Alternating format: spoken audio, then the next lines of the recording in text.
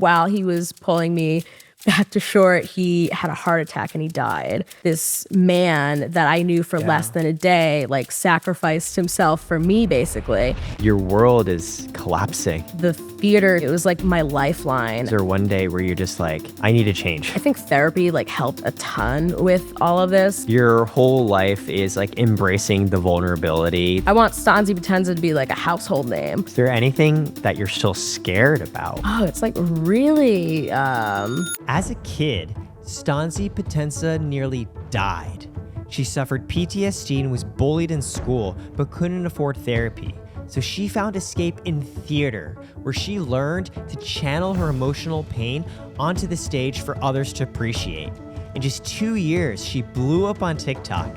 The New York Times featured her for comedy. Dr. Phil made fun of her, and Joe Biden won the Senate because of a reel she made. Today in the Karat podcast, Stanzi shares why you need therapy, how to turn emotional trauma into creative work, and how to be funny. 3, 2, 1. ooh, that was a good one. Resounding clap. Yeah. Yeah. I would expect nothing less from someone of your caliber, Stanzi you. Potenza. Thank you so much. Gentle. Do not go clapping quietly into that night. Rage against the light. Yeah? I love that. Yeah.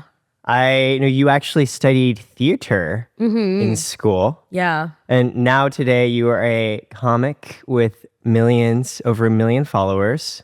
Do you think you'd ever return back to the stage? I had started when I was really young. My mom actually got like me and my sisters involved in it. After my parents got divorced, I think that like inspired my mom to get back into theater because she had been doing it when she was a kid. Wow. And it was kind of interesting because like she couldn't afford like babysitters for us because she had been like she was like a stay-at-home mom and that had to get back into the workforce basically. So single mother with like 3 kids? Yeah. So she had to like kind of scramble to like get her life in order. And when she started getting back into theater, like she didn't have a babysitter for us because she couldn't afford it. She would have like some people like watch us when she could, but it was like really makeshift. So eventually she like started just bringing us to the theater so that she could like keep an eye on us. So like while she would be doing shows, we would be in like the green room, just like sitting around, like watching all the actors get ready and stuff. And then eventually she asked us like if we wanted to get involved, and I was like, oh, absolutely. And then eventually we just started becoming like more and more like engrossed in that theater, and we started going to like theater camp, and it just became something that was like really important in my life. So I went like my entire life doing theater and then studied it in college. What was that like? I think I like dealt with a lot of mental health issues and like trauma when I was younger. So having that outlet full of like other kids that were similar to me, that was just like a very, like, I don't know where I would be without that. It just became like a really core part of like who I am. It was an escape from like all of the bad things that I was dealing with in like my personal life. I could go there and like have all of these people that were there supporting me. And it was like a lot, it was like my exposure to the LGBTQ community also, and learning about like all these people that were like, you know, it was like you were surrounded by people that were sort of like outcasts of society that were dealing with their own struggles. And then you were able to kind of go there and sort of leave all of your like pain there as like a collective, and then also like use that to turn it into art.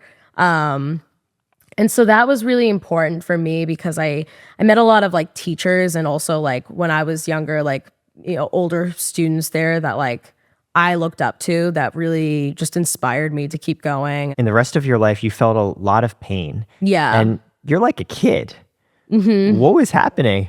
When I was 11, I had like a really traumatic near-death experience. Oh my God. That like that altered my like entire world.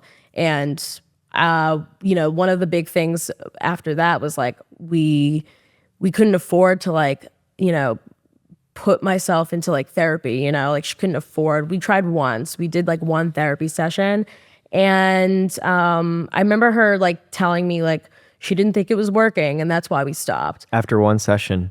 Yeah. And of course, like I was like, we had one session. How could you decide then that it wasn't working? But I think what the reality was that she didn't want to admit that she couldn't afford to like help me. And so, and of course now I'm like, oh, like that makes so much sense. Like I get it. Basically what happened was like, I had gone swimming at the beach and the weather changed like rather quickly.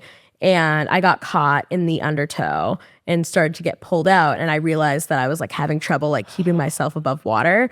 And my mom's coworker's husband, his name was Jim, he jumped in the water and started like swimming towards me. And I had this moment of just like seeing my younger sister, like she was like crying because like she couldn't do anything. And like she probably thought I was gonna die. And I was just like, oh, I think this is just like it. And so it was this like crazy moment of having to like make peace with that. And then Jim got to me and was like, you know, I looked at him and I was like, I'm going to die. And he was like, no, you're not.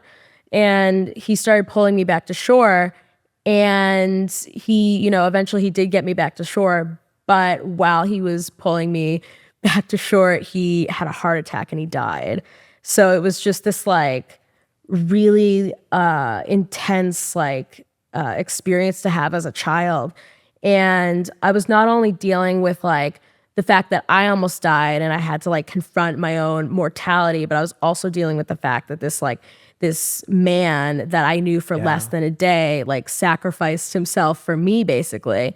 And after I had dealt with that situation, it felt like I was like, you know, I was just like stuck in the past and everyone else was like moving on without me. And I think I felt a lot of like resentment and bitterness towards like everyone in my family about that. I was resentful towards like my dad because he had moved that weekend and like, you know, he wasn't in state and now I didn't have like, I couldn't, you know, see my dad as often as I wanted to. You know, I was resentful towards my mom who like, you know, didn't like, I felt like she didn't do enough for me like when I was dealing with all of that. And part of it was because she couldn't afford it. You know, I just felt like I didn't have the support that I needed to deal with it. So it was like, you know, I think I for a long time just felt like, you know, it was me against the world. And I just kept sort of sinking further and further into my like mental illness, like dealing with this and like my trauma and like, you know, started lashing out at like other people, myself. I was getting into like fights in school. My grades dropped. I was just becoming like, you know, it just completely like altered who I am. And also the same weekend that I almost died, it was the same weekend that my dad moved out of state.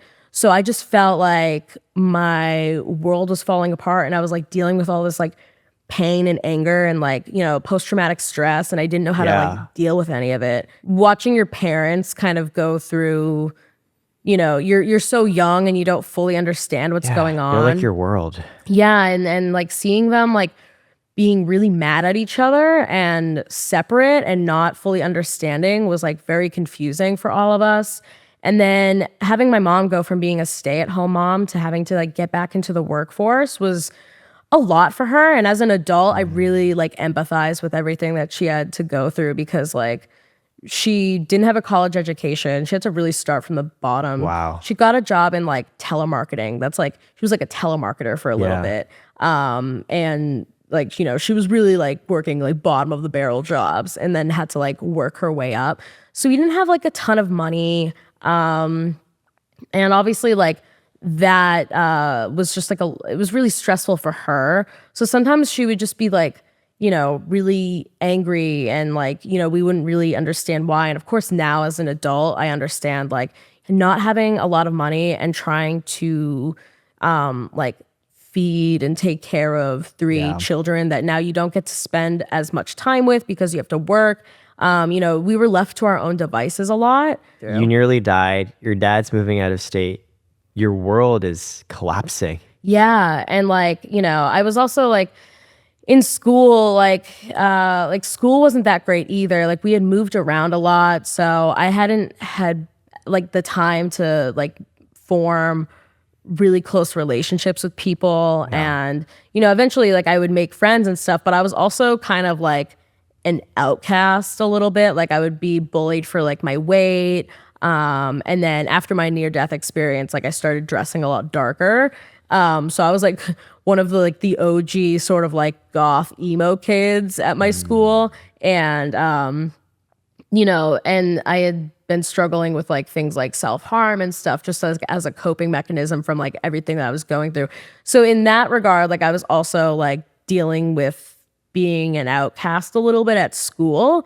So it was just like a lot of different things that I was trying to like navigate when I was young, and I didn't really have a good outlet for it except for the theater, where it was like the one place where if you were different, like you were immediately sort of like embraced and accepted by all these people. Yeah. So having the theater to go to was so important for me. It was like my lifeline at that point in my life, because like I just didn't know like how else to cope with like everything that I was going through. And when you were in theater, when you were on stage, what moment, if it ever happened, did it evolve from here's my escape from the rest of my life with people who are a little bit different and understand me too, to now, oh, like I actually want to do this for the rest of my life. Oh, I actually might be good at this.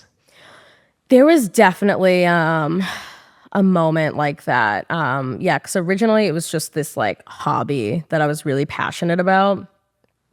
And I think part of it was when I watched The Pacific. That was the moment where I was just like so moved by it. And like the main character that they follow, it was a real Marine. His name was Eugene Sledge. And it was kind of following like all his journey through World War II and fighting and how he dealt with PTSD. And watching like, that was something that I was dealing with on my own because I had PTSD from my near death experience. Yeah. And then I was watching like, this man who was dealing with the same thing. And like, I talk about like death and dying a lot. And like one of the things I've talked about is like, once you kind of have to confront your own mortality, it's very hard to go back to like who you were before that moment. And that was captured perfectly, I think, in his like return back home after he fought in the war. I think the actor's name was Joe Mazzello, and like watching the way that he was able to portray that in such like a beautiful, vulnerable way was like so moving to me. And I was like, God, I want to be someone that can like make people feel like that. So I think that was like a turning point in my like passion for acting. Was like, this was something that was originally just like something I liked, and I loved it and it was really important to me, but then it became something that was like, I was like, no, this is something, this is like my life. Like I want to, like this, all I want to do is like make people feel this way. I want to make people like feel something like that. Yeah. In your work today, you talk so much about death. You also talk about dealing with mental health, being LGBTQ. I, before our pod, went and just was looking on Reddit what people say about you. And it's really moving.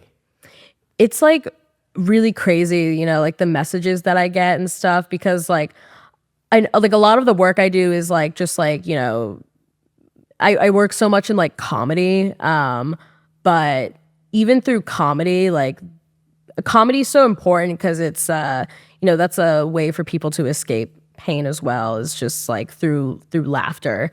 And I've seen so many like comedy specials that have like, left me thinking, and I've just like, something that kind of like will pull you out of the gutters when you need it.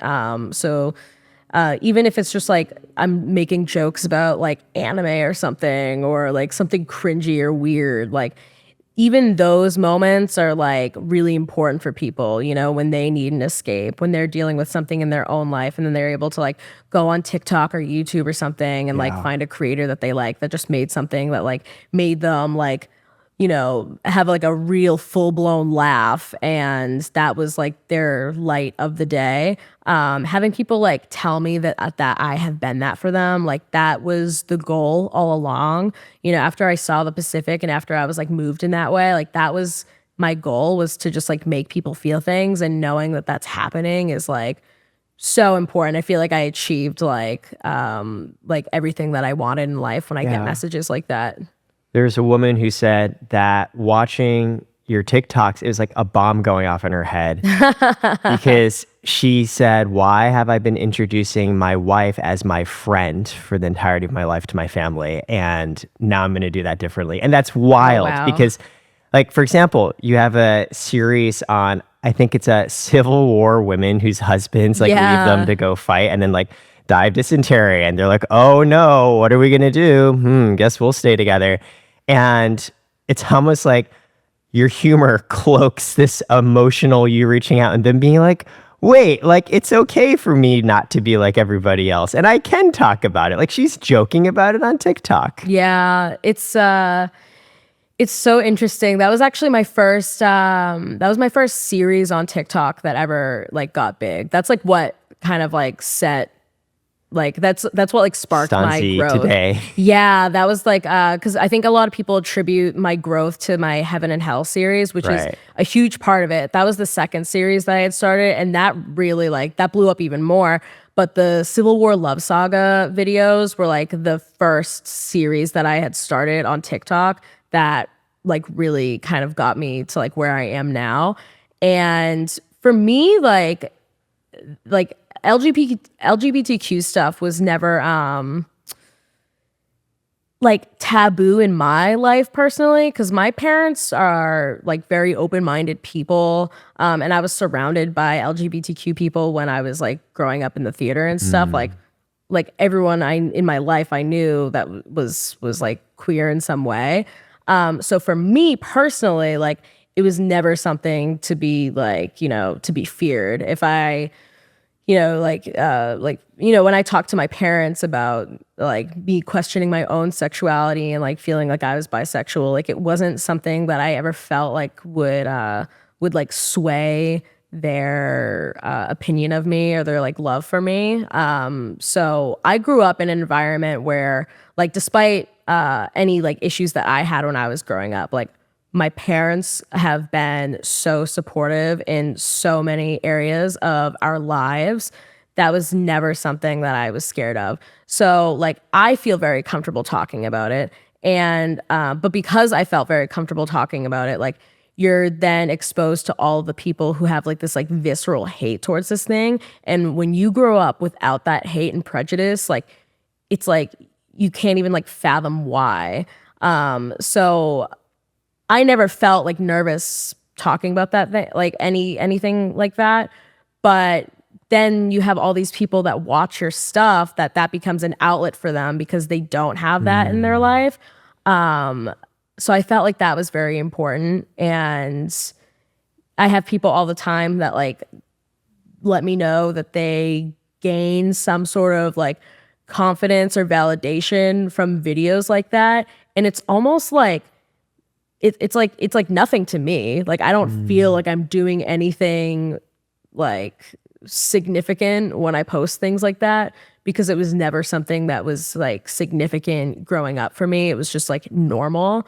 But I think because of that, like they would like maybe register that as like being like brave. Yeah, because they didn't have the support you did. Yeah. When you look back at your own work, you mentioned like what turned it from a hobby into a serious pursuit was going through a near-death experience, suffering PTSD, seeing someone portray that in another work, being like, I want to do that too.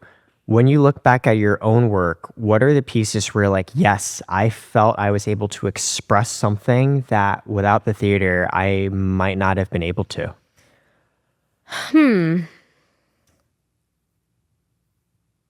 Or like even after you went through this experience, you said you started to dress black. Did it change the way that you started to act or that you would engage with others in theater camp?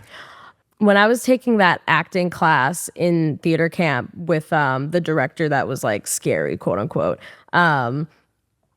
we were doing, it was the class was called On the Scene, and it was like at the end of camp we put on an arts festival where like anyone could come and like watch the like basically watch everything that we had been working on for the past like 3 weeks. And On the Scene was like the longest class. That was like, it was like a 30-minute class, and like we would essentially put on a short like play. So my first year that we did it, we did Romeo and Juliet. And that was my first time working with Shakespeare, and I was like 13. So I was like, oh my gosh, I've never like read Shakespeare before. I didn't feel like I was ready for that. I think I was the youngest person in that class too. So I was like, okay, I'm 13 and I've never worked with Shakespeare, and now I'm performing Shakespeare. And I remember like one of the like the scenes that I was doing, because we would like switch characters every scene in this version of it that we were doing, and I was playing Sir Lord Capulet, or like Sir Capulet, and it's like the scene where he's like introducing everyone to the party where Romeo and Juliet kind of meet for the first time. And it's this like grand sort of like speech. He's like, like, welcome, gentlemen, like da da da da da. And it's this like grandiose sort of thing. And every time I went on, like I wasn't like doing it like how he wanted it like me to. And so he made me like go back and like come on again and do it. And then he would make me go back and come on again. And he would just like have me do that on repeat. So he basically like humiliated me into like just like giving it my all. And eventually I was just like, all right, well, like it. I'm just gonna like go out and do it as loud and like crazy as I can. Yeah. Even if I feel like a fool while doing this. And he loved it, and like I could see that he was like really like proud of me, and that felt really great. I think also because like I had like divorced parents, and I was like had like daddy issues, like having this like having the like male validation from like a older male figure that I respected was like made me feel so warm and fuzzy on the inside. And the next year when I did that again, class again, when I auditioned for the show that we were doing, it was called On the 20th Century. I like auditioned for this role, and like I just immediately went like full out with it, and his eyes just like lit up, and I was like, wow, okay, like I feel like I can do this. And part of me like after that, like I think that really triggered my like growth with acting, and just like going for it and being really like vulnerable with my emotions and stuff. And part of it is like when I think about it, I'm like I'm a very existential person now, I think, because of like my near death experience. And when I think about like anything, I'm like, you should just, why hold back anything? Like all we have is like this moment. So you should just like put everything that you have into it. So I think I just try to like with acting, like live every moment like it's just like I have to give it my all, because that might be the only opportunity that I have to give it my all. So like even when like I was after college, like I had furthered my acting studies by going to William Esper Studios in New York, which is like I did like a 6-week acting intensive there. And one of like the things that you have to like do in that class, like the acting class, is like you're not even like doing any like acting, you're just like repeating the same lines to each other over and over and over again until like you get some sort of like, I don't know, like real vulnerable emotional like response from it. And it could be anything. It could be like frustration or just like even laughter, like as long as it's like real. And the teachers there are really good at like knowing if you're faking it or not. Yeah. And a lot of the students struggled with like allowing themselves to just be emotionally vulnerable. And I remember like the first time I did that exercise, I ended up just like starting to like cry. And like a student asked me once, was just like, how do you do it? Like, how do you cry? Because like he wanted to cry too. And I was like, it's not about you crying. You know, it's not like you win if you're able to cry. It's just like you just have to be real with whatever you're doing. But a lot of people like have a hard time like taking like, you know, like letting their walls down. And I think just because of like all of my experiences in life, like I like, you know, it's life's not worth living if I have to like keep these guards up all the time. And that's a really like a really important tool to have if you're doing acting. I love that. I took acting classes at the Strasberg Institute, and one of the biggest things I struggled with was showing my feelings, showing my emotions. The funny thing is, for me growing up, all the pain and depression and anger and resentment I had actually was channeled via a different mechanism into like speech and debate, where when you're like arguing for points in parliamentary debate, you don't like win if you're more vulnerable or expressing more emotion. You just have to be really good and on top of it. And weirdly, I took all of this like strong emotional energy and channeled it in a way where I just learned how to speak to people as if I knew what I were doing. In some ways, the opposite of expressing vulnerability. And that helped me a lot. It's why, frankly, I got into college. It helped me land basically all the jobs that gone so far, but also holds you back because, as you said, sometimes you look at people in other works and you start. I remember when I was like in 2016, I listened to Hamilton for the first time, the opening song. And I remember it was so weird. I feel embarrassed, but like I just started crying. And I was like, that's a normal reaction. Yeah. I literally went and Googled. I was like, what does it mean if tears come out of your eyes when you're listening to something? And they're like, and it was like on Quora, which is like, you know, like the Yahoo answers of the internet. And they're like, well, maybe it resonates with something in you. And so I was really interested in doing acting classes, and all the walls I had built up on hiding emotion so that I could express myself professionally suddenly were just in my way. I could not express anything. And so it's funny because everyone thinks acting, oh, you're being something that you're not.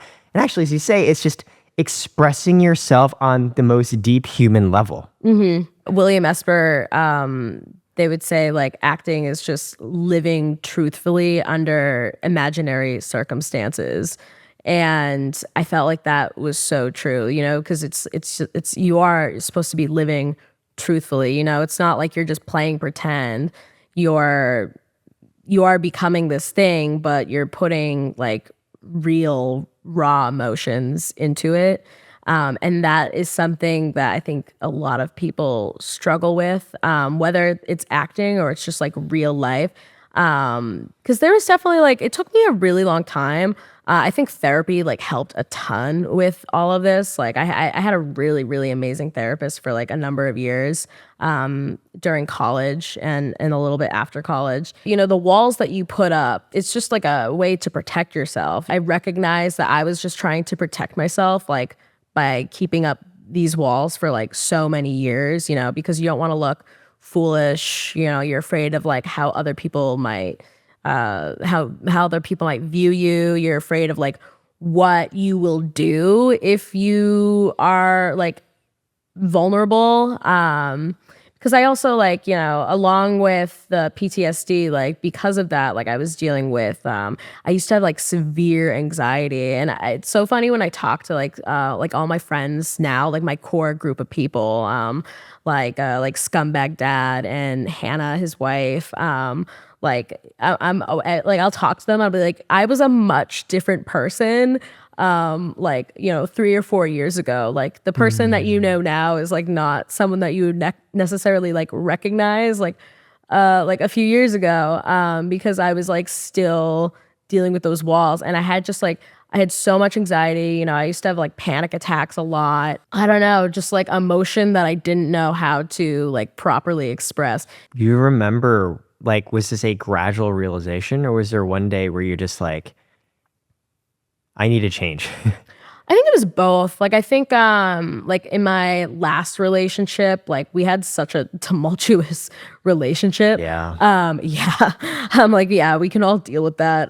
We all understand that. But like it was my first serious relationship. But it was like so tumultuous. And when that ended, I remember like being like, I have to do something or else like I don't know what's gonna happen to me Yeah. if I don't like start figuring this out. So I had actually like not been in therapy for a little bit, and then I started going back to therapy like after that.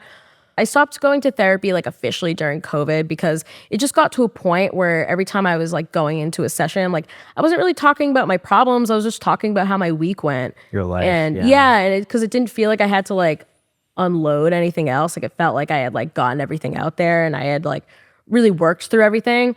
But you know, then I moved out of my home. I left my like home state. I moved to New York. I was living by myself, and I do remember like just having like a moment like when I was in New York, like thinking about things and just like things that happened in my life where I was no longer thinking about like me and all the pain that I was experiencing, but I was actually thinking about like I was like empathizing with my mom and like her, like everything that she had to deal with as like a single mom getting back into the workforce and like not having a lot of money and trying to like feed 3 kids and take care of us all, especially like when we were, you know, going through our own like rebellious things. And like that must have been really scary for her and really frustrating. And like she didn't really have like anyone to help her with that.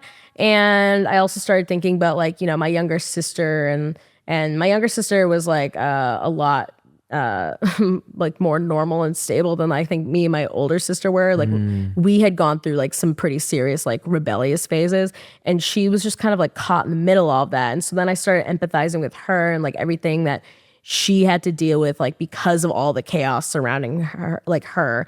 And I had realized that like I think that like therapy when you're in the thick of it, like you're not it's not that's not your best self. I don't think your best self from therapy comes until like years later, once you've like acquired all the tools to deal with the problems and you just have time like the like distance from it to really like reflect on all of it. I think that's when you become like that's when you become like your best self, and then you're able to like look back on everything like from a less hurt perspective.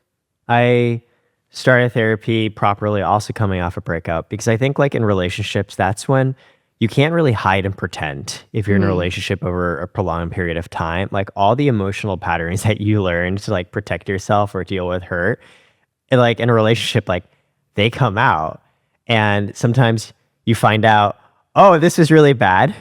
And so when I started therapy properly, I'd say like 4 years ago, 5 years ago, yeah, it very much was like, oh my God, like I'm miserable and sad and like I just know what I'm going to do. It wasn't like, well, I'm going to be my best self today. Yeah. And as you said, it took years before I think you build up this buffer of emotional safety and comfort where you're like, okay, like now I'm going to think about how to work through these patterns versus like, yeah, like please stop me from like hurting myself. Like I'm in a really bad spot right now. Once I like stopped therapy, I stopped like victimizing myself, I guess. Like I had always kind of like seen myself as like the victim in my own story. And then like, yeah, I think just having that like space away from like, you know, you basically just like vomit all of this like, you know, like everything that you've dealt with, like anything from your childhood or like relationships, everything that you're thinking and feeling and stuff. Like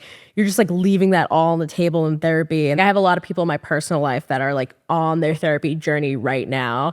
And I can almost like tell, I'm like, oh yeah, I know exactly where you are right now, because like you think that you're figuring it out right now, but like I know that it's going to take you a few years to like get to a place like where I'm at right now, where it's like I've been out of it for a while, but I acquired like every tool that I needed in order to like deal with all of this stuff on my own. Like you have to really like acquire, like it's like an arsenal of tools in order to like deal with all of the problems that you've been going through. That's a huge statement to say that I stopped victimizing myself, because it's not like you can take agency over your own life and feel like you have any ability to do anything unless you stop seeing yourself as a victim.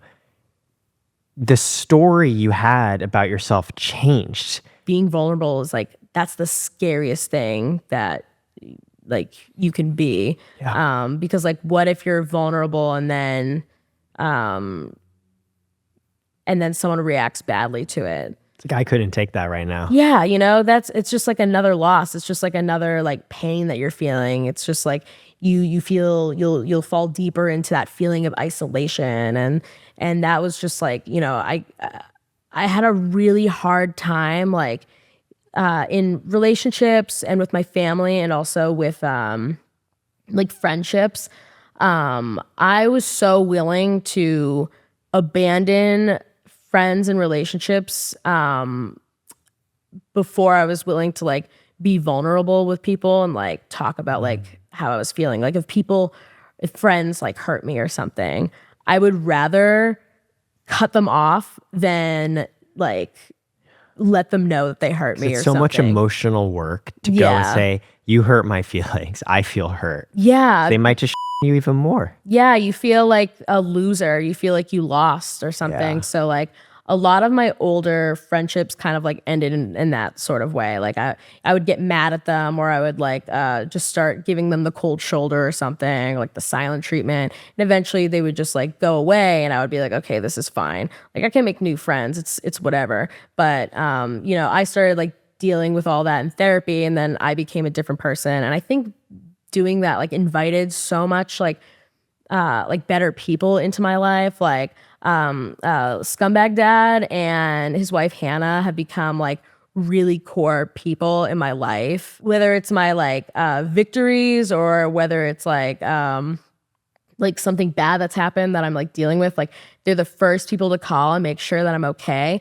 And they just like wear their heart on their sleeves. Like they have no fear of like being vulnerable. Like they're very open and honest about like the people that they love and care about. And that felt so foreign to me. It was crazy. So like, I think that like when I changed, like I invited better people like that into my life. And now I'm like totally fine. Like telling people about like when they upset me and they hurt me, and like, and sometimes when I do that, like they get very like flustered, because they're almost like, because then they think that I'm like, that's like the end. Oh, like she hates me. Everything's terrible. And I have to be like, no. It's not like, I'm not like mad at you. I just like, I needed to express how I feel. But like, that's all. Like, it's not like I'm saying this because I'm like, I hate you and like I want you to feel bad. I just need to express how I feel. So it's like almost like I like became the opposite of who I was, and now I'm dealing with like other people that are in the same space that are like uncomfortable with that like vulnerability. So it's like very interesting. I learned that when you share feedback with someone, like, hey, when you said X, I felt Y, it's actually an emotional investment. Absolutely. Yeah, because when you talk to someone like that, it's like, I've like talked to other people about that. I'm like, if I didn't care about our relationship, I wouldn't have said anything. But because I care about this, and I want to like, continue to like make our relationship stronger, like that's why I'm telling you this. Because if you don't, then it festers, and that's when I'll cut myself off one day. Exactly. So it's like I'm actually telling you this because of how much I care about you.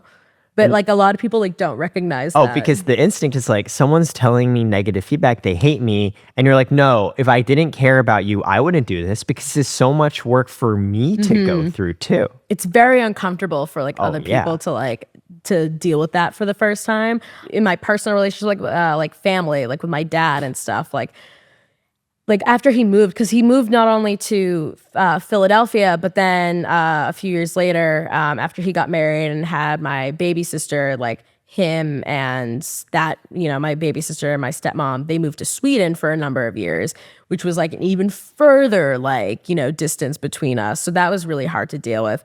And Eventually I had to be vulnerable with him about like how his move affected me. It wasn't because I wasn't like telling him that because I wanted him to feel bad, but I'm like, if we're going to, have a stronger relationship going forward, I need you to like know how I feel about this situation. And that work I think always pays off unless you're dealing with someone that is just like not good for your life. And then you find out and then you realize, hey, I just can't do this. Yeah. And then you just like, then you cut that person out, but you're, cutting, like I've learned that even in those situations where you realize that someone isn't good for your life and you cut them out, like it's never something that you'll regret, because keeping them is just gonna like hurt you more. And you let them go and eventually you'll invite more people into your life that fill that void with a much like healthier dynamic and love and care.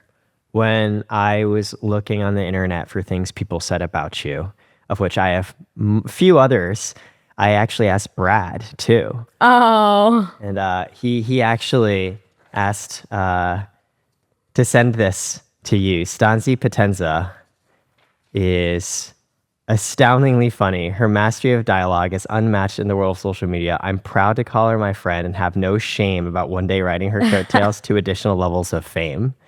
That's so sweet. I asked him because when I heard you describe that 3-4 years ago, you were a totally different person.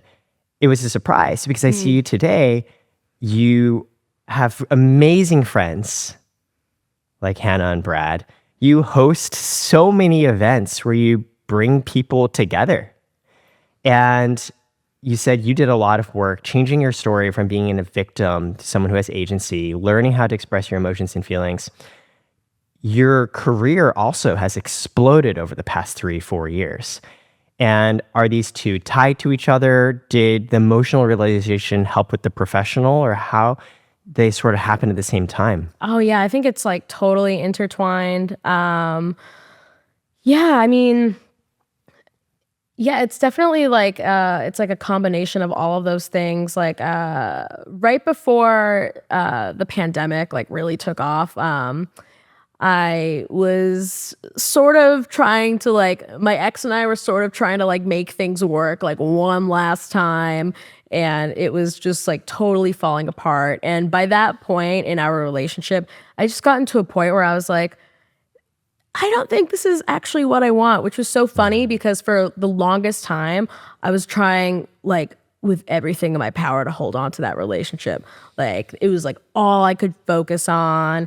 And that's the thing, it was like all I could focus on. So I wasn't putting like any work into my career stuff. Like I really put that on hold so that I could try to like uplift him and like everything that he wanted to do. So once that was sort of like out of the picture, and then like, the pandemic happened. So I was like, couldn't go to my work anymore. What were you doing at the time? I was a barista and a liquor rep. And I was just trying to scrounge up as much money as I could so that I could go back to New York and continue my acting studies. And I had every intention to do the very traditional acting route where it's like, you go to New York and you're working all these like, low paying jobs to try to, afford living in New York and pursuing your dreams in the arts. And like, I was going to do the very like traditional route, but I had already found a little bit of success on TikTok.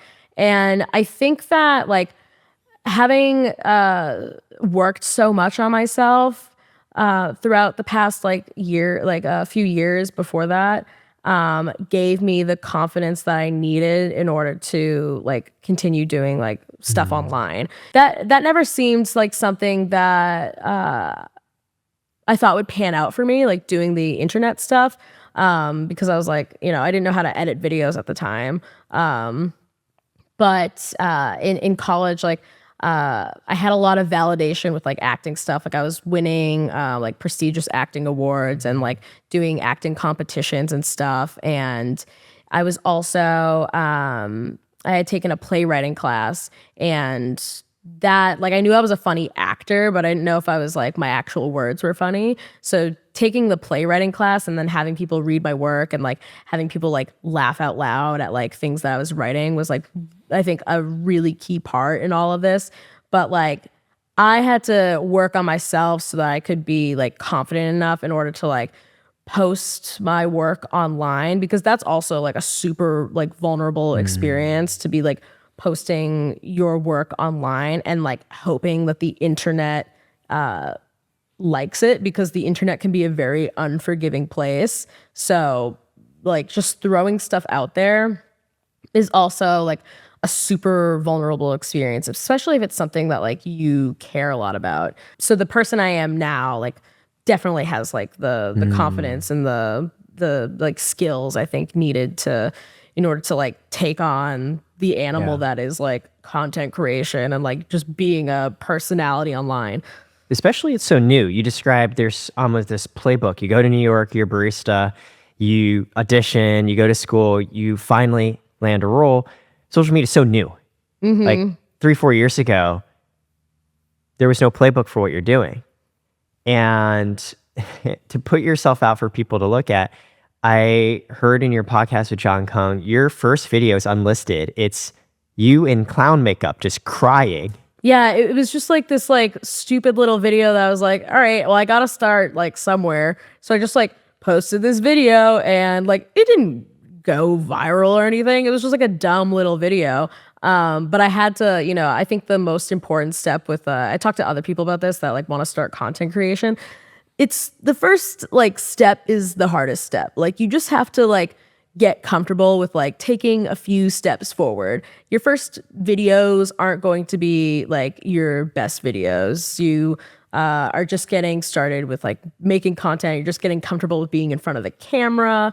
That was like really like a hard thing for me, was like filming myself. Like I was definitely not comfortable like filming myself at first, because you know, you're filming yourself talking to yourself. Now I can do it without even like thinking about it. Like it's nothing to me now, but like, you know, you have to kind of like overcome all these like weird cringy like feelings. I've talked, like when I talk to people about like starting content creation, I'm like, you just have to get over the hill of embarrassment. Like all success lies beyond the like hill of embarrassment. You just have to overcome this one giant thing in order to like, you know, continue the trajectory up, because like that is the thing that people have like you know, that's the thing that keeps people from starting. It's just like, well, what if I'm not like good at it? Like, what if like, you know, people think I'm weird? Like, what if I get a lot of hate for it? Like,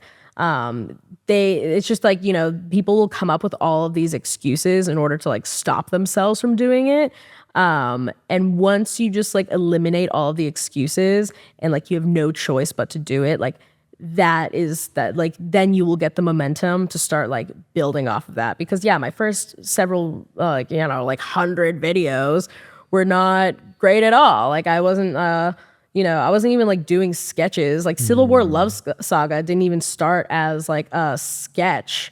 It was just like me using music, and I was like filming myself just like, you know, doing whatever task, like staring out a window, and now I would just like have text over it. And then eventually I was like, this is getting boring. I don't want to keep doing this. But if I started like, you know, giving life to these characters and just like writing a sketch, just learning how to edit those videos better, then I could take this idea that I have and like really like let it flourish. Your whole life is like embracing the vulnerability, the hard feelings, the cringe. I saw last year the New York Times literally wrote an entire piece about you. Yeah. Basically calling you cringe. It was really interesting because the headline for that piece was like so brutal. Yeah. It was just like how like, you know, being insufferable can be lucrative, and I was like, Jesus Christ. But the actual interview itself was like very like, you know, it was very flattering, like what she wrote about me. But yeah, I mean, like I don't actually consider like what I do to be like cringe I don't content. either. It's yeah. But there are like aspects of like things that I do that are absolutely cringy. Like anytime I do a video like about anime, like that is absolutely cringe, like the Right. different voices and stuff. But like, you know, it's like I'm leaning into some of those kind of like cringier aspects of comedy. Yeah, I almost feel they missed the mark because there were other creators in the piece too, which they refer to as cringe, that I think fit more into that. A lot of your Oh work yeah. isn't necessarily, oh, Stanzi's embarrassing herself, but she's accepting it, so we can kind of like cringe along with her. A lot of it's just smart character work, where you're like, hey, I am Joanne, the assistant of Satan. Like, what would my life look like on a daily basis? It's almost like putting yourself in these crazy situations as characters, and this one just like acting. It really Yeah. shows through. I'm making fun of things that I think are cringy. Like, you know, like I'll make fun of like certain anime things. Like I'll make fun of like I'll make fun of weebs. I'll make Yes. fun of like fan fiction. Like in my podcast, I had like a segment called Cursed Fan Fiction where I would take two characters that like don't make sense together and I would write like an erotic fan Right, fiction. a crack about them. pairing. Yeah, yeah. But it was like, you know, it would be like Roz from Monsters Inc. and Edward Cullen. That was like the main one. And I would do the voices with them too. So like amazing. Yeah, but like all like horrible. Like my producer used to walk away while I would be making like the sex noises of these Of like, Roz from yeah. Monsters Inc. He would be like, I'm gonna go get a water and use the bathroom and you can just like make the noises that you need to. And you know, because it was just so uncomfortable. But it was like, yeah, like I wasn't like the cringe aspect of it. I was just like making fun of things that are cringy, but it was things that people found really relatable. Like, you know, I had like a lot of people that like love fan fiction that, you know, thought they would be like, oh my God, I know this like genres and stuff. Yeah, like these they would be like, tropes. like tropes. They would be like, oh my God, I know that trope so well. Like, Oh, yeah, like enemies to lovers. enemies to Yeah. lovers, or like the CEO who's like basically gonna like buy you as like a slave or something, you know, like he's gonna, Right. you know, in order for you to become an actor, you have to like have sex with him or something. It'd be like these like super Yeah. like over the top tropes. And you like poke fun at them. And I poke fun at them, but people love that because it's Yeah. like it's like relatable to this like niche thing that they love. I remember Dr. Phil thought, though, you actually were the subculture you were making fun around in true crime. Yeah. And he brought you up as an example of our cultural obsession with true crime and how it can It be was bad. really funny. Yeah, I talk about that in my stand-up show actually. Like I do a whole like segment on that. Because it was just the most ridiculous like thing that happened. So yeah, basically Dr. Phil, like a producer for Dr. Phil reached out to me and was like, hey, we're doing this segment on true crime and we thought like, you know, we would use one of your videos. And I was like, yeah, go ahead. Like, and my mom, I remember was like, oh no, like Dr. Phil. And I was like, no. But I think it's going to be funny. Like, yeah, he's probably going to take my video and use it out of context because like Dr. Phil just doesn't have a good track record with like using content creators on his show. But I'm like, that's just like a hilarious thing. Becomes for, a like, meta joke, yeah. yeah, for like Dr. Phil to be like talking about me on his show. But like what I didn't know at the time was like, well, so basically they wanted to use this video that I had made about the Jeffrey Dahmer series that came out because like they had just done a Netflix series about Jeffrey Dahmer. And like everyone was talking about it, but like the true crime girlies, like some of them were I always say that like in that community there's just like a gray area of like morals and people who are just like into true crime in an unhealthy way, in a way where they like idolize the serial killers. And during the Jeffrey Dahmer series, like the hype around that series, like there were people who were like wearing Jeffrey Dahmer earrings, and I was like, that is like unhealthy and weird. Like serial killers. It's normal to be interested in things like that. And as someone that like talks about death a lot and like uses death as a concept in like my almost all of my videos, I was like, I absolutely understand the like why people get fixated on that. But to idolize the serial killers is so disrespectful to like the victims, and like that's just like a horrifying experience, you know, to see people idolize people like that. That's just like not good. So I made a video making fun of those people, but like but obviously he was presenting that as sincere on his show. But what they didn't tell me was that they were going to be using that video during the Jeffrey Dahmer 3-day special. So in that episode that they showed my video on, they had his father on that show and 2 surviving victims. So they played my video as sincere in front of like surviving victims of Jeffrey Dahmer and his father. And like, I was like, oh my God. And so I had people being like, wow, like you're crazy. Like everyone thinks you're crazy. Because what I said in that video was like insane. I was basically just like, yeah, I wore diapers just so I could like sit in bed and watch the show all day. Like, you know, shining light on how intense some of these like true crime people are. But like, if it's being shown as sincere, then like people think I'm doing that, and his victims think I'm doing that. So I was like, that was insane. I didn't get, you know, nothing really came from that. It was just like a lot of people were mad on my behalf, and a lot of people were like, wow, this girl's crazy. But I was like, that's just kind of like a gamble that happens with the internet. You throw something out there and people are going to, you know, especially in comedy and stuff, people are gonna, you know, make their own assumptions about you. And like sometimes you'll make a joke that people, I guess like register as being serious. And yeah, it's just kind of like a gamble that you play in comedy. And I'm fine with people thinking that I'm crazy. There's a broader trend as you've grown your content and your audience. We just talked about the New York Times. We just talked about Dr. Phil, all of them interpreting your work in different ways. You have over 1 million followers. You're represented by UTA. How does that all feel relative to, you said 4 years ago, you were coming out of a bad relationship and working 2 jobs.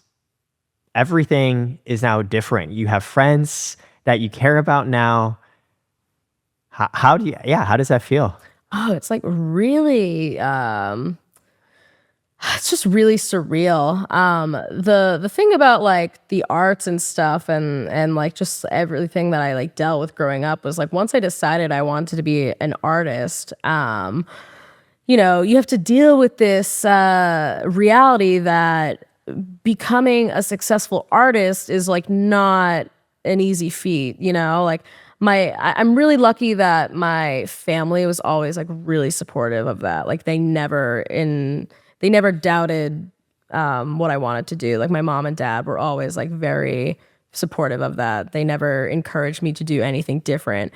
But I absolutely recognize that becoming an artist is like, you know, that's the dream for so many people, and so many people don't get to make it. And I grew up in theater and I was surrounded by other people that like wanted this dream for themselves and like couldn't make it pan out. So I had so much firsthand experience like watching other people just sort of like be content with like not achieving what they want. You know, they just come to terms with it.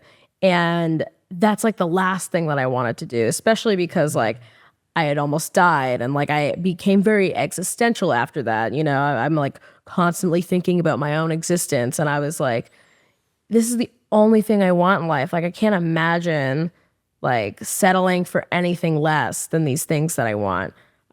but it's gonna take forever. Right before COVID, like I was still living with my mom. I was like 26 and I was still living at home. I was the last child to be living at home too. So it was just like me, my mom, and her boyfriend. And I was working minimum wage. And like, if I wasn't negative in my bank account, then I was doing great. And I was all that I could think about was like my own success and whether or not I was going to achieve this thing. And it just felt like I had so much ahead of me. Like it was so overwhelming to think about like this giant like pile of like things that I needed to accomplish in order to make this happen. And yeah, like even like I would go through like other jobs and stuff to try to like, like I had like a full-time job at one point where I was like, oh, well, maybe if I make more money, then I'll just be comfortable like having a normal job and making money. And I remember that my boss like had referred to me like as like, one day she was like, oh yeah, Stanzi used to be an actor. And that made me be like, I have to quit. And I did. And like, it was just like, yeah, like I was constantly just thinking about this thing. I was like, oh, this dream that I used to have. Like, I don't want to be someone that used to have a dream and like didn't reach for it. And I don't want to ever settle in life. But it's so, it's so financially irresponsible to be an artist. And that was a big thing, is like money. Is like people, like so many people can't afford their dreams, like to follow their dreams, which is so sad. That the only thing keeping certain people from like, sharing their art with the world is money. When there's like so much of it that's just like not properly dispersed. And content creation, I feel like I feel like so many people kind of look down on it. But I think of it as like the celebrity for the people, the people in a way get to elect who becomes, the next like big thing. And quickly through COVID, through like becoming monetized on TikTok and then becoming monetized on Instagram and then YouTube, like in the course of a year, I was able to go from living at home with my mom to moving out of state in my first apartment, living by myself. Like all of a sudden, like content creation made this life accessible for me. And I think in so many ways, it's made art accessible for everyone. You don't have to wait for the green light in order to share your art with the world. And that's why I love living now in Los Angeles. And I live I live so close to Scumbag Dad, because him and I are so good at like coming up with jokes together and ideas together. And then we'll be like, even if we're not thinking about content, we'll come up with an idea and then we're like, wait, that's really funny. We could turn that into something. And the very next day we can like, get a team of people that are willing to like film that thing with us, and we can just post it and share with the world and find a lot of success through that. So it's so strange to me to like look at my life now. And even yesterday, I was like in my bathroom and I was just like looking around my apartment and I was just like, this is so weird that I like am here now, and that like, like a few years ago, like the idea of having an apartment like this on my own was like unimaginable. I couldn't imagine having that. And now it's mine. And, I look at like the money that I'm making through this and I'm like, that money's mine. And, I, got interviewed by the New York Times, and recently I just got interviewed by like the Rolling Stone. And like, yeah, so it's like these things are like happening to me. I'm getting invited to red carpet events. I'm having like really respectable like people reach out to me and tell me that they like my work. And it's just so surreal and strange and bizarre that I'm like, I'm well on my way to now achieving like everything that I ever wanted. It was all because of like the internet. I'm so thankful for it. I think about it all the time. Like it's not lost on me like how crazy this is. I feel almost, you described, you're like, well, I'm 26. I'm living with my mom. Literally, I have people be like, here's Stanzi. She used to be an actor. Yeah. Now you're 28. You're in LA. So much of this come true. I almost feel like the first 26 years of your life were getting ready for this moment where it all came together. The personal, emotional work that you did, everything you learned in acting and then writing, it's like it's all come together. Yeah. You said after your near-death experience, you were not going to be satisfied just being content. You're like, no, I need to succeed. What do you see as the mission and meaning of your life now? I mean, I definitely still have like loftier goals. Like right now, most of my stuff is contained to the internet, but the internet was never my like final goal. I still want to pursue acting in a more serious like format. So now that I'm like signed to my new agency and stuff, like we're working on expanding me as a artist. So doing like film and television is very important to me. I have like big ideas for like scripts and stories that I want to like flesh out and get out there. So I've achieved so much through the internet, but yeah, I still have like I want Stanzi Potenza to be like a household name. So I have a long way to go, but knowing that I was able to get this far, mostly on my own, is like huge. And I have like the confidence now to like really just like strive towards Love that. towards everything. Yeah. I saw in an interview you gave, I think it was to the Boston Globe, at the time you hadn't even started stand-up. And Oh, yeah. you were like, oh, I'm a little scared to do it.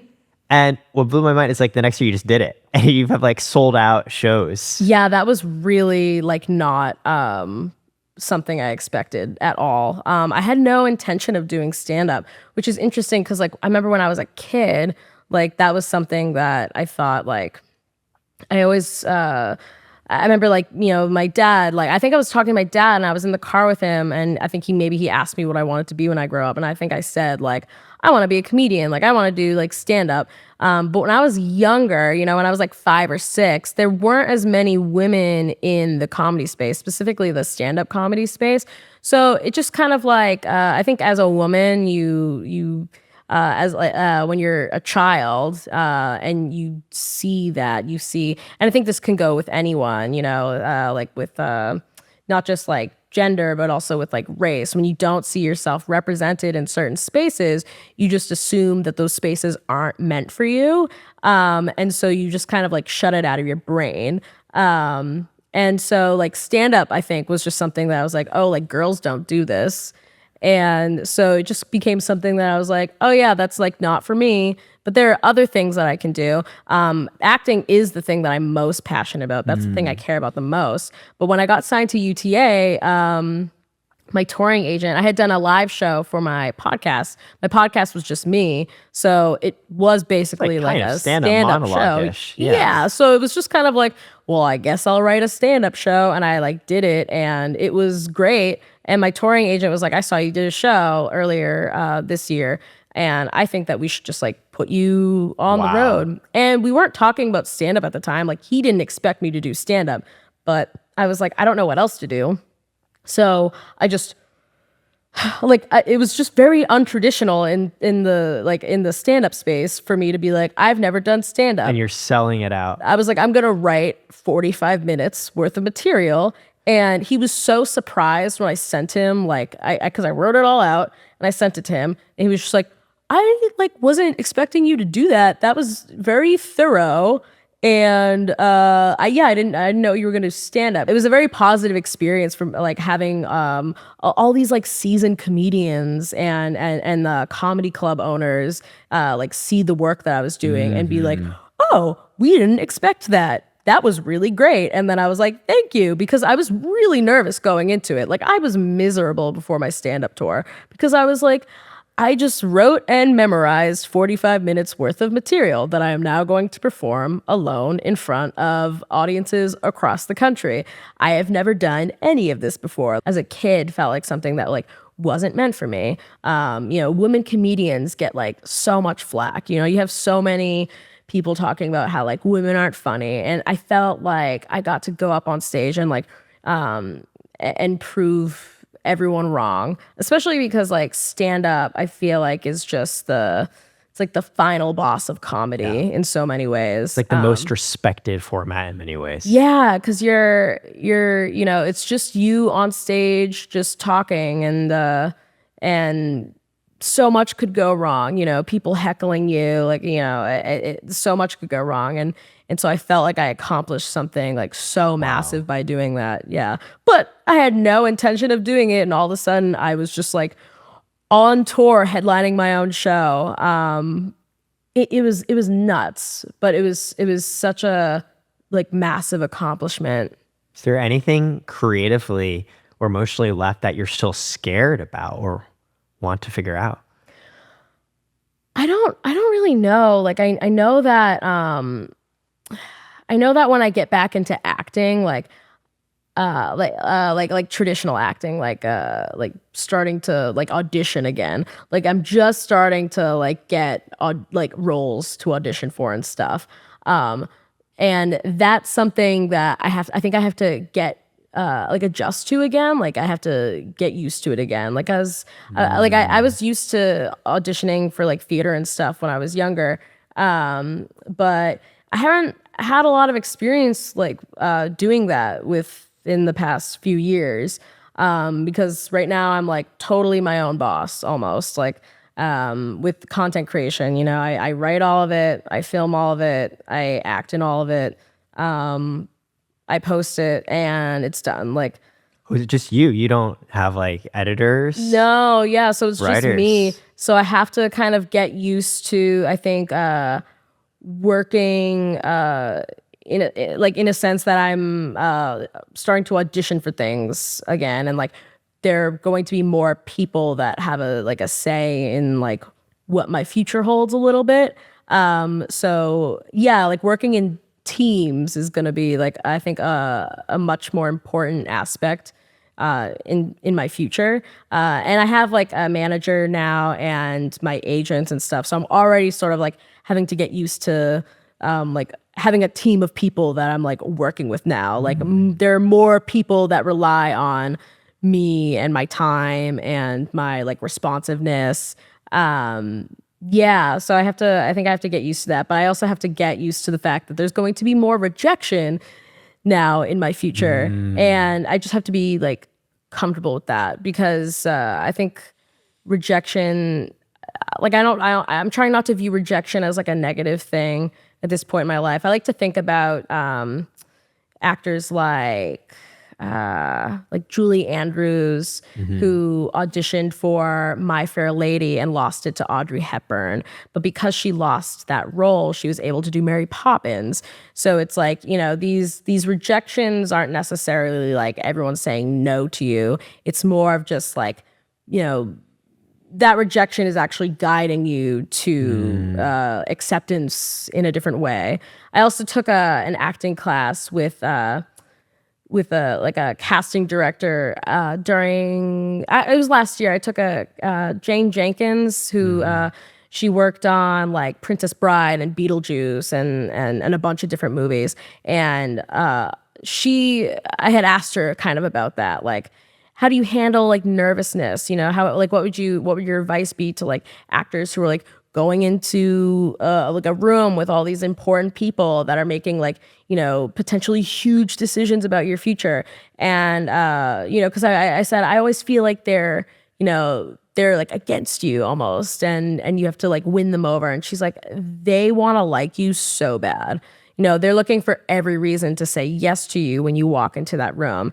And them saying no to you is not necessarily a reflection on your abilities and your skills. It could be things like everyone else they cast, if they're casting a family of people. Like I think she had, or like we had talked about like Modern Family a little bit, and like the casting in that, like, they would say no to people simply because they didn't look like they could be in that family. They didn't look like they could be related, and that's the only reason why they said no. Just like, certain things like that, like different looks or how they work together with like another actor. Like it's not because they're looking at you and saying you're not good enough for a role like this. It's just like you're not right for the role, and that is like a completely different thing. Yeah, it's not that you suck. It's they didn't think you were the right reason for any arbitrary number of factors. Exactly. Like I remember, I used to work on film and like I used to do background work, and I would get cast. I would do stand-in work sometimes. Which, like, if anyone doesn't know what stand-in work is, it's basically just like when they're adjusting like lights and different aspects on the set, instead of having the actor stand there because the actor, needs to go and like look at lines or rest or something, they'll just have someone that looks similar to them, like stand in for them, to, Yeah, get it all yeah, right. just to get everything correct. So like I had done that before, and they had me when they were filming the Ghostbusters with all the women. I remember they had me come in to potentially do stand-in work for Melissa McCarthy, and the only reason I didn't get it was because our shoe sizes didn't match. So it's like silly things like that. It's but like I think a lot of people have it in their mind that it's like when you don't get something, when they pass on you, it's a reflection of like you as an actor and a person and an artist, and then that kind of like will slowly eat away at you, like that rejection. And that's why a lot of people stop doing this, is because they like can't handle the rejection. It just gets too much to bear. It hurts. Being like, that's the vulnerability thing again. It's like putting yourself out there and then being rejected, like that hurts. But when you have it in your mind that rejection is not a reflection on you as an artist. The nature. Yeah. And then, that'll be something that, an opportunity will certainly come along, down the line. So you just have to keep working towards it. What about when you post online and it doesn't receive the engagement and views that you wanted it to have? How does that feel? Yeah, that happens a lot. Scumbag Dad and I talk about that a lot. Where I said this actually in my Rolling Stone interview the other day, because the interviewer asked me about what feels the best to like post, and I talked about how there are kind of like three categories. Chunky's Dead, Melissa Ong, and I have talked about this a lot too.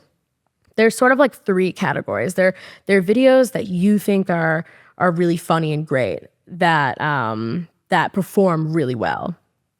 Then there are videos that you think are really funny that don't perform well. Then there are videos that like you don't necessarily think are very funny, but for some reason they perform really well. And those ones, I think, feel, I don't know, there's something about them that just doesn't feel the best. But also, like, when you put a video out there that you're really passionate about and then it doesn't do well, that's pretty sad. And that happens to like me and Brad a lot. Like me and Scumbag Dad, we have to be like, like I was really proud of this video. I'm sad that it didn't do as well. But there are so many factors in that, even like even in the context of like the internet. There's so many aspects of like why a video didn't perform well.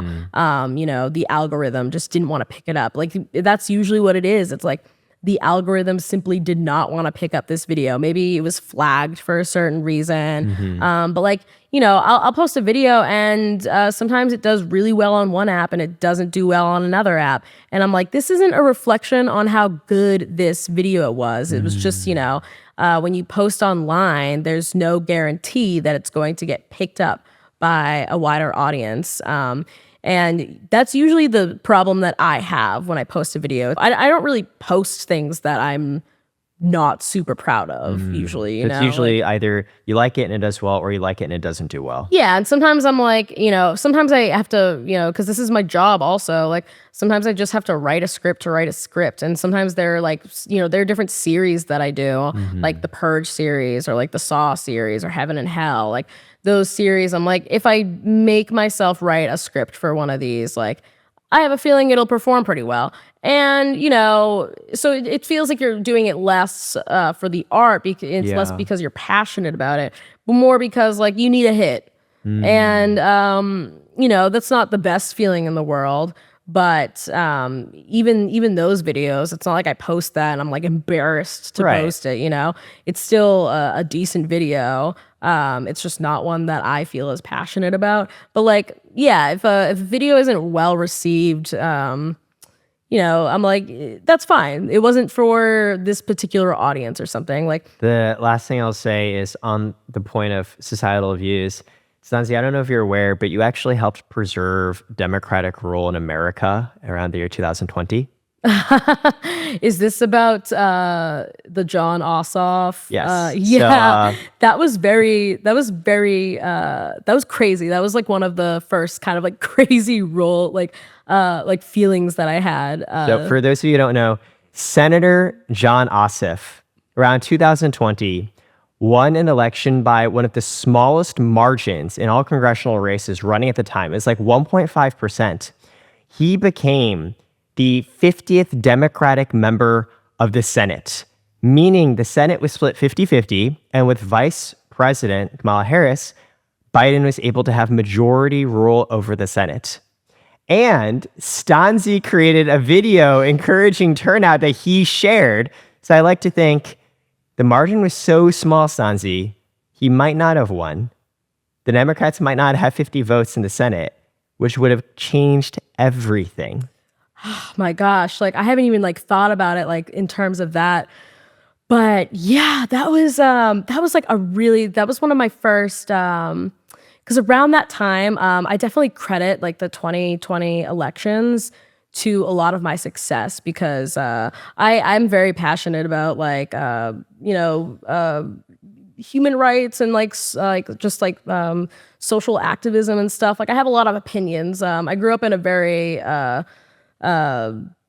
accepting household, that was parents that really encouraged us to just like live life the way that we want to. Like we grew up without religion also because they just like were very like you make your own choices, and that definitely like shaped me and my siblings to like how we are now. And because of that, we were just like disillusioned to a lot of like the problems in society that are caused by like hate and bigotry and stuff. So I think that made us like much more vocal about everything, especially also growing up around so many like just the queer community and stuff in theater and whatnot. So yeah, we had like definitely been more vocal. My mom's like a very vocal person online about like her social views, and that definitely like inspired my siblings and I to be similar and whatnot. So yeah, so during the 2020 election, that's when the Heaven and Hell series came about, and I used that as a tool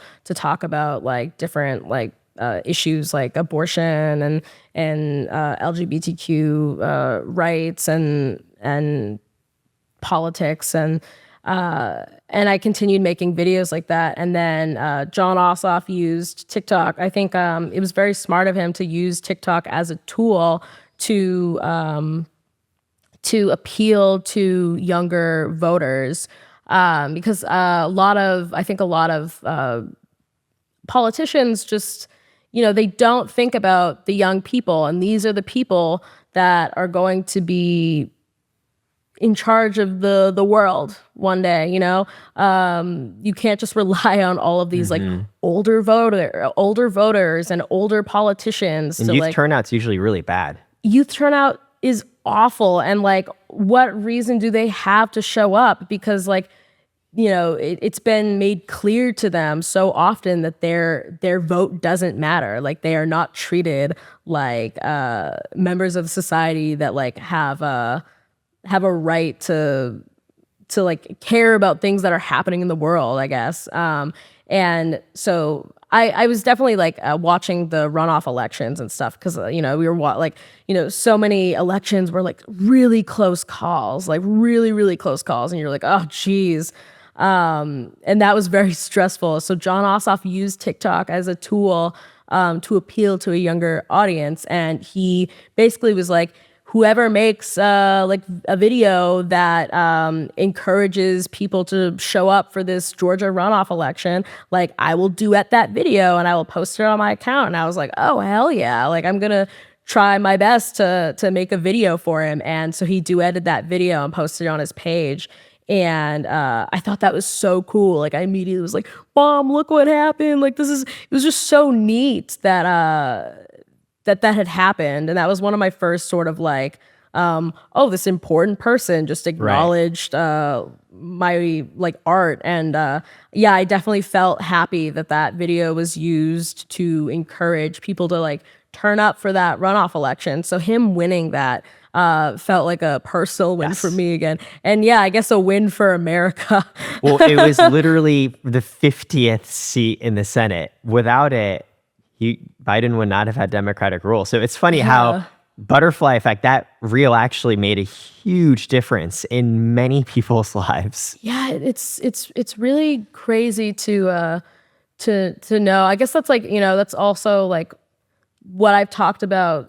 You know, I want to use my art to make an impact on people, whether it be just like an individual's day turning from like bad to better, or like having a bigger impact like that, like having people change their minds about like any sort of prejudice that they may have, which also happens sometimes. Like I'll make a video and someone goes, oh, this got me to think about something differently.